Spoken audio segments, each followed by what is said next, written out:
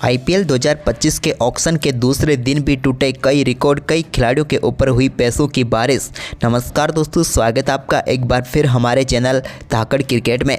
दोस्तों, IPL auction के आज दूसरे दिन भी कई खिलाड़ियों की बोली आसमान छूती हुई नजर आई, जहां पर खिलाड़ियों ने सारे रिकॉर्ड तोड़ कर रख दिए।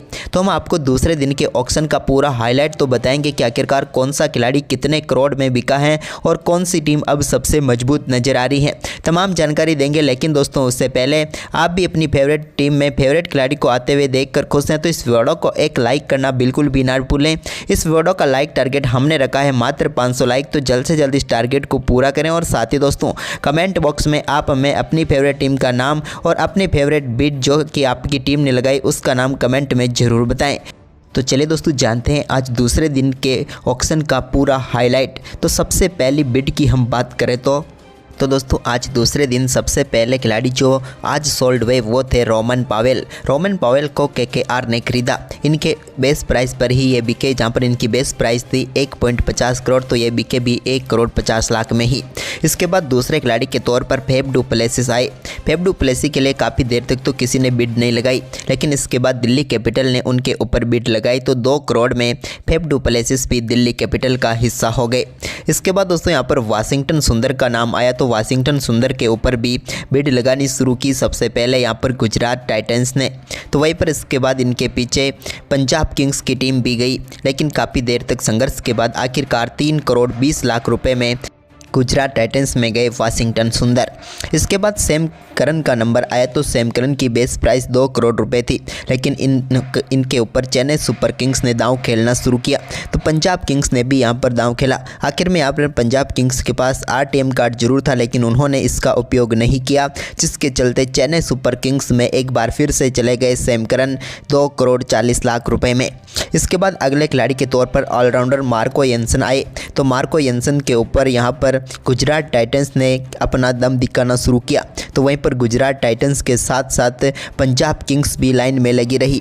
दोनों टीमों के बीच काफ़ी देर तक लड़ाई देखने को मिली, जिसके चलते मार्को येंसन की प्राइस 7 करोड़ पहुंच गई और अंत में पंजाब किंग्स की टीम में शामिल हो गए 7 करोड़ में। वहीं पर इसके बाद दोस्तों, कुणाल पांड्या बेस प्राइस 2 करोड़ से इनकी बिड शुरू हुई, तो देखते ही देखते आरसीबी और राजस्थान रॉयल्स के बीच फाइट देखने को मिली। दोनों टीमों ने काफ़ी देर तक कुणाल पांड्या के ऊपर बिड लगानी शुरू की, लेकिन अंत में यहाँ पर रॉयल्स बाजी नहीं मार पाई और बाजी मार गई यहाँ पर रॉयल चैलेंजर बेंगलोर यानी कि आरसीबी में शामिल हुए 5 करोड़ 75 लाख रुपए में। इसके बाद दोस्तों, अगले खिलाड़ी के तौर पर आए नीतीश राणा। नीतीश राणा के ऊपर भी आरसीबी ने दांव खेला। राजस्थान रॉयल्स और आरसीबी एक बार फिर आमने सामने हुई। दोनों ने यहाँ पर काफ़ी तेज़ी से बिड लगाई। देखते ही देखते यहाँ पर बेस प्राइस से काफ़ी ऊपर उठ गए नीतीश राणा, लेकिन अंत में राजस्थान रॉयल्स ने नीतीश राणा को खरीद लिया 4 करोड़ 20 लाख रुपए में। इसके बाद अगले खिलाड़ी के तौर पर रायन रिकल्टन का नंबर आया, जिनकी बेस प्राइस 1 करोड़ थी और यहाँ पर इनके ऊपर सिर्फ मुंबई इंडियंस ने ही बिड लगाई और 1 करोड़ में मुंबई इंडियंस ने इनको भी अपनी टीम के साथ शामिल कर लिया, रायन रिकल्टन को। वहीं पर विकेट कीपर की लिस्ट में आज के आखिरी खिलाड़ी के तौर पर आए ऑस्ट्रेलिया के जोश इंग्लिश। जोश इंग्लिश के ऊपर यहाँ पर सनराइज हैदराबाद और पंजाब किंग्स दोनों ने रुचि दिखाई और इनकी बेस प्राइस से थोड़ी कीमत ऊपर गई और आखिर में पंजाब किंग्स ने इन्हें अपने साथ शामिल कर लिया 2 करोड़ 60 लाख रुपए में। वहीं पर दोस्तों, आज की अगली बिड लगनी शुरू हुई भारत के तेज गेंदबाजों पर, तो यहाँ पर सबसे पहले बोली लगी तुषार देशपांडे की, जहां पर राजस्थान रॉयल्स और चेन्नई सुपर किंग्स के बीच जंग देखने को मिली। दोनों ने काफ़ी देर तक संघर्ष किया, लेकिन आखिरकार तुषार देशपांडे गए राजस्थान रॉयल्स में। राजस्थान रॉयल्स ने इनको 6 करोड़ 50 लाख रुपए देकर अपने साथ खरीद लिया। वहीं पर इसके बाद दोस्तों, अगले खिलाड़ी के तौर पर आए जेराल्ड कोएट्जे की बेस प्राइस 1 करोड़ 25 लाख रुपए थी और इस पर बिड लगानी शुरू की और बिड धीरे धीरे बढ़ी, लेकिन यहाँ पर गुजरात टाइटंस ने इसमें बाजी मार ली और गुजरात टाइटंस की टीम ने 2 करोड़ 40 लाख रुपए में अपने साथ जेराल्ड कोएट्जे को शामिल कर लिया। इसके बाद टीम इंडिया के स्विंग के किंग भुवनेश्वर कुमार की बारी आई, तो भुवनेश्वर कुमार के पीछे मुंबई इंडियंस और लखनऊ सुपर जायंट्स की टीमें गई। दोनों ने काफ़ी देर तक बिड लगाई। इसके बाद पंजाब की टीम भी इसमें शामिल हुई, तो आरसीबी की टीम भी इसमें शामिल हुई, लेकिन आखिरकार बाजी मार ली आरसीबी ने और आरसीबी ने भुवनेश्वर कुमार को 10 करोड़ 75 लाख रुपए में अपनी टीम में शामिल कर लिया, यानी कि आज की सबसे बेहतरीन यहां पर खरीदारी हुई आरसीबी की। इसके बाद दोस्तों हम बात करते हैं अगले खिलाड़ी की, तो वो थे भारत के तेज गेंदबाज मुकेश कुमार। बेस प्राइस इनकी 2 करोड़ रुपए थी, लेकिन बिड यहां पर सबसे पहले चेन्नई सुपर किंग्स और पंजाब किंग्स की टीमों ने लगाई। वहीं पर चेन्नई सुपर किंग्स जब हटी बिड से तो 6 करोड़ 50 लाख रुपए मौजूदा बिड थी पंजाब की, लेकिन इसके बाद आरटीएम कार्ड का उपयोग किया तो यहाँ पर पंजाब को बतानी थी इनकी आखिरी इनकम, तो उन्होंने बताई 8 करोड़ रुपए। लेकिन यहाँ पर पंजाब किंग्स की फाइनल बिड के ऊपर आरटीएम कार्ड का प्रयोग कर लिया दिल्ली कैपिटल ने और अपने साथ जोड़ लिया दिल्ली कैपिटल ने मुकेश कुमार को 8 करोड़ रुपए में।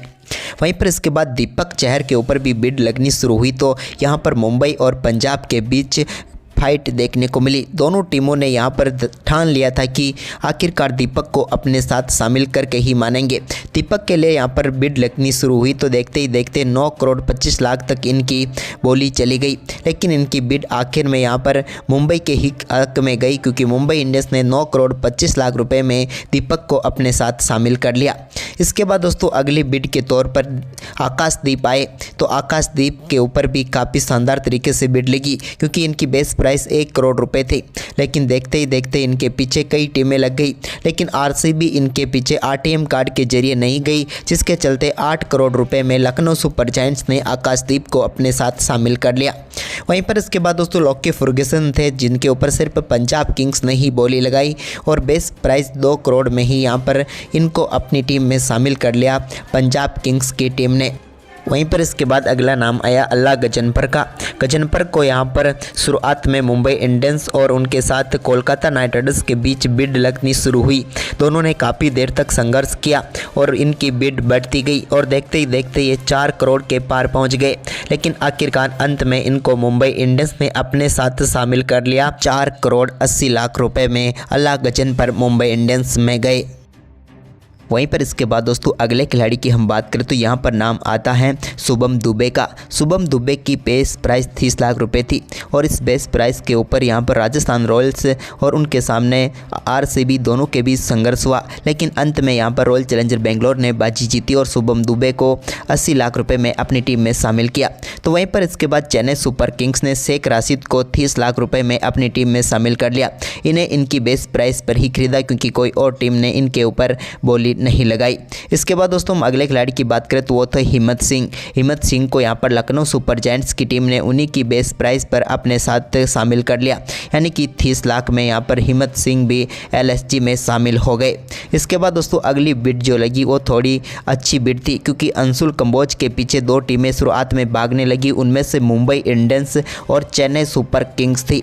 दोनों के बीच काफ़ी देर तक संघर्ष रहा, लेकिन आखिरकार इस बिड में चैंपियन बन गई चेन्नई सुपर किंग्स, क्योंकि दोस्तों यहां पर अंशुल कंबोज को चेन्नई सुपर किंग्स ने अपने साथ जोड़ लिया 3 करोड़ 40 लाख रुपए में। वहीं पर इसके बाद अगले खिलाड़ी के तौर पर अरशद खान नजर आए। अरशद खान की बेस प्राइस से कई गुना ज़्यादा उन्हें पैसे मिले। अरशद खान के पीछे जीटी की टीम लगी और जीटी ने ही इन्हें आखिरकार खरीद लिया 1 करोड़ 30 लाख रुपए में। इसके बाद अगले खिलाड़ी की हम बात करें तो वो थे स्वप्निल सिंह, जो कि पहले आरसीबी का हिस्सा थे, लेकिन इस बार भी उनके पीछे भागने लगी दिल्ली कैपिटल, लेकिन अंत में यहाँ पर शामिल कर लिया इनको रॉयल चैलेंजर बेंगलोर ने, यानी कि आरसीबी ने, क्योंकि 50 लाख बिड लगाई थी, लेकिन आरटीएम कार्ड के जरिए इन्हें अपने साथ जोड़ लिया। इसके बाद अगले खिलाड़ी की हम बात करें तो वो थे गुरनूर बरार। इनके पीछे चेन्नई सुपर किंग्स गई। काफ़ी देर तक इन्होंने चेन्नई सुपर किंग्स के साथ बिड लगानी शुरू की, तो साथ में गुजरात टाइटंस ने भी बिड लगाई, लेकिन आखिरकार ये बिड गुजरात की टीम जीत गई, क्योंकि गुरनूर बरार को उन्होंने 1 करोड़ 30 लाख रुपए में अपने साथ शामिल कर लिया। इसके बाद अगले खिलाड़ी के तौर पर आए जिशान अंसारी को भी अपने साथ शामिल करने में सनराइज हैदराबाद की टीम, उन्होंने इनको 40 लाख रुपए में अपने साथ जोड़ लिया। इसके बाद दोस्तों अगले खिलाड़ी के तौर पर नाम आया सिद्धार्थ का। सिद्धार्थ काफ़ी शानदार स्पिन गेंदबाज हैं और पिछली बार भी ये हिस्सा थे लखनऊ सुपर जायंट्स का, और इस बार भी सिद्धार्थ को 75 लाख रुपए में लखनऊ ने अपने साथ जोड़ लिया। वहीं पर इसके बाद अगले खिलाड़ी के तौर पर दिखे दिग्विजय सिंह को भी 30 लाख रुपए में एलएसजी ने अपने साथ जोड़ लिया, यानी कि एक और युवा खिलाड़ी यहाँ पर एलएसजी के पास आ गया दिग्विजय सिंह के रूप में। तो वहीं पर इसके बाद दोस्तों अगले खिलाड़ी की हम बात करें तो उनका नाम था मनीष पांडे। मनीष पांडे भारतीय क्रिकेट में बड़ा नाम है, लेकिन आईपीएल में इनकी बेस प्राइस पर ही इन्हें खरीदा गया और कोलकाता नाइट राइडर्स ने इनको 75 लाख रुपए में अपने साथ जोड़ लिया। वहीं पर इसके बाद सरफेन रदरफोर्ड के पीछे कई टीमें भागी, जिसमें दिल्ली कैपिटल भी थी, तो वहीं पर मुंबई इंडियंस और गुजरात टाइटंस की टीमें भी थी, लेकिन आखिरकार यहां पर बाजी मारने में कामयाब हुई सरफेन रदरफोर्ड के ऊपर गुजरात टाइटंस की टीम, और गुजरात टाइटंस ने यहां पर इनको 2 करोड़ 60 लाख रुपए में अपने साथ जोड़ लिया। इसके बाद दोस्तों अगले खिलाड़ी की हम बात करें तो यहाँ पर नाम आता है शाहबाज अहमद का। शाहबाज अहमद के पीछे भी शुरुआत में तो गई सनराइज हैदराबाद की टीम, लेकिन आखिरकार यहाँ पर शाहबाज अहमद को लखनऊ सुपर जायंट्स ने 2 करोड़ 40 लाख रुपए में अपने साथ शामिल कर लिया। तो वहीं पर इसके बाद टिम डेविड के ऊपर भी काफ़ी देर तक बोली लगी, जिसमें से आरसीबी की टीम बाजी मारने में कामयाब हुई और टिम डेविड को 3 करोड़ रुपये में आरसीबी की टीम ने अपने साथ जोड़ लिया। वहीं पर इसके बाद दोस्तों अगले खिलाड़ी की हम बात करें तो वो थे दीपक हुड्डा। दीपक हुड्डा को भी यहाँ पर चेन्नई सुपर किंग्स ने इंटरेस्ट दिखाया और उनको अपने साथ जोड़ने में वो कामयाब हुए। दीपक हुड्डा की प्राइस थी 1 करोड़ 70 लाख रुपए में, चेन्नई सुपर किंग्स ने उनको अपने साथ खरीद लिया या फिर जोड़ लिया।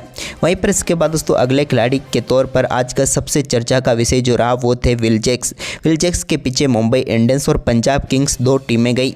मुंबई की टीम को विल जैक्स की काफ़ी ज़्यादा ज़रूरत थी, लेकिन दोस्तों यहाँ पर उन्हें डर भी था कि कहीं आरसीबी आरटीएम कार्ड ना उपयोग कर ले, लेकिन जब 5 करोड़ 25 लाख रुपए में उनकी बोली लगी तो आरसीबी ने आरटीएम कार्ड का उपयोग नहीं किया और यहाँ पर विल जैक्स चले गए मुंबई इंडियंस में और इतने खुश थे कि वो आकाश अंबानी आरसीबी के मैनेजमेंट से हाथ मिलाने तक गए।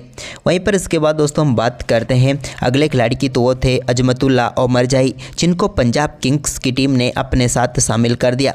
ओमरजाई की हम बात करें तो ओमरजाई 2 करोड़ 40 लाख रुपए में पंजाब किंग्स की तरफ गए।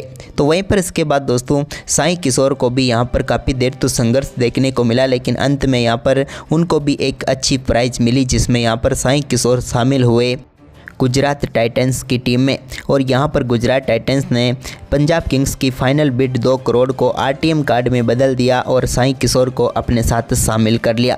वहीं पर इसके बाद दोस्तों स्पेंसर जॉनसन का नंबर आया, तो स्पेंसर जॉनसन को खरीदने में पंजाब किंग्स की टीम ने काफ़ी दिलचस्पी दिखाई और आखिरकार स्पेंसर जॉनसन को केकेआर ने 2 करोड़ 80 लाख रुपए में अपने साथ शामिल कर लिया। वहीं पर इसके बाद ईशांत शर्मा के ऊपर बिड लगी, तो यहाँ पर गुजरात टाइटंस ने उनको अपने साथ जोड़ा। उनकी बेस प्राइस ही 75 लाख थी और 75 लाख में ही वो गुजरात टाइटंस में शामिल हुए। वहीं पर अगले खिलाड़ी के तौर पर नुआन तुषारा आए, तो उनके पीछे गए रॉयल चैलेंजर बेंगलोर और उनके साथ राजस्थान रॉयल्स। दोनों टीमों ने काफ़ी देर तक संघर्ष किया, लेकिन आखिरकार इस बैटल में जीत हुई रॉयल चैलेंजर बेंगलोर की और उन्होंने नुआन तुषारा को अपने साथ 1 करोड़ 60 लाख रुपए में रख लिया। इसके बाद अगले खिलाड़ी की हम बात करें तो वो थे जयदेव उनादकट। जयदेव उनादकट के पीछे सिर्फ एक ही टीम गई और वो थी सनराइज हैदराबाद की टीम, और 1 करोड़ में सनराइज हैदराबाद ने उन्हें उनकी बेस प्राइस पर ही अपनी टीम में शामिल कर लिया। इसके बाद अगले खिलाड़ी थे हरनूर पन्नू। हरनूर पन्नू को उनकी बेस प्राइस यानी कि 30 लाख रुपए में अपने साथ जोड़ने में कामयाब हुई पंजाब किंग्स की टीम। इसके बाद एक और नए युवा खिलाड़ी को यहाँ पर मौका मिला और उस खिलाड़ी का नाम था अश्विनी कुमार। अश्विनी कुमार 30 लाख रुपए में मुंबई इंडियंस का हिस्सा बने। ये भी एक उभरते हुए सितारे हैं जो यहाँ पर मुंबई में गए। इसके बाद दोस्तों आकाश सिंह को भी अपने साथ जोड़ने में कामयाब हुई लखनऊ सुपर जायंट्स की टीम और 30 लाख रुपए में उन्हें शामिल कर लिया, यानी कि इनके ऊपर भी आरटीएम कार्ड का उपयोग नहीं हुआ। इसके बाद चेन्नई सुपर किंग्स ने एक और खिलाड़ी के पीछे गए, वो थे गुरजपनीत सिंह। इनके पीछे काफ़ी देर तक यह टीम लगी रही और अंत में चेन्नई सुपर किंग्स इस फाइट में जीतने में कामयाब भी हुई, क्योंकि जीटी ने हाथ खड़े कर दिए और 1 करोड़ 70 लाख रुपए में अपने साथ शामिल कर लिया गुरजपनीत सिंह को। इसके बाद जयंत यादव की बेस प्राइस 75 लाख रुपए पर ही उनको शामिल करने में कामयाब हुई टीम। तो वहीं पर मिचेल सेंटनर एमआई में गए 2 करोड़ रुपए में। उनकी बेस प्राइस के ऊपर ही मुंबई इंडियंस ने उन्हें अपने साथ शामिल कर लिया। इसके बाद जयंत यादव की बेस प्राइस थी 75 लाख और यहाँ पर जयंत यादव को भी यहाँ पर गुजरात टाइटंस ने अपने साथ जोड़ लिया और यहाँ पर उनको प्राइज़ मिली 75 लाख रुपए।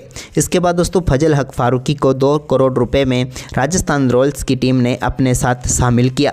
तो वहीं पर इसके बाद प्रियांश आर्य जो कि हाल ही में दिल्ली प्रीमियर लीग में 6 गेंदों पर 6 छक्के जड़ने वाले खिलाड़ी थे, तो इनको यहाँ पर काफ़ी देर तक इनके ऊपर भीड़ लगी। एक तरफ पंजाब किंग्स तो दूसरी तरफ रॉयल चैलेंजर बेंगलोर इनके पीछे रही, लेकिन आखिरकार अंत में यहाँ पर इस फाइट में भी जीत हुई पंजाब किंग्स की, जब उन्होंने प्रियांश आर्य को अपने साथ शामिल कर लिया 3 करोड़ 80 लाख रुपए में।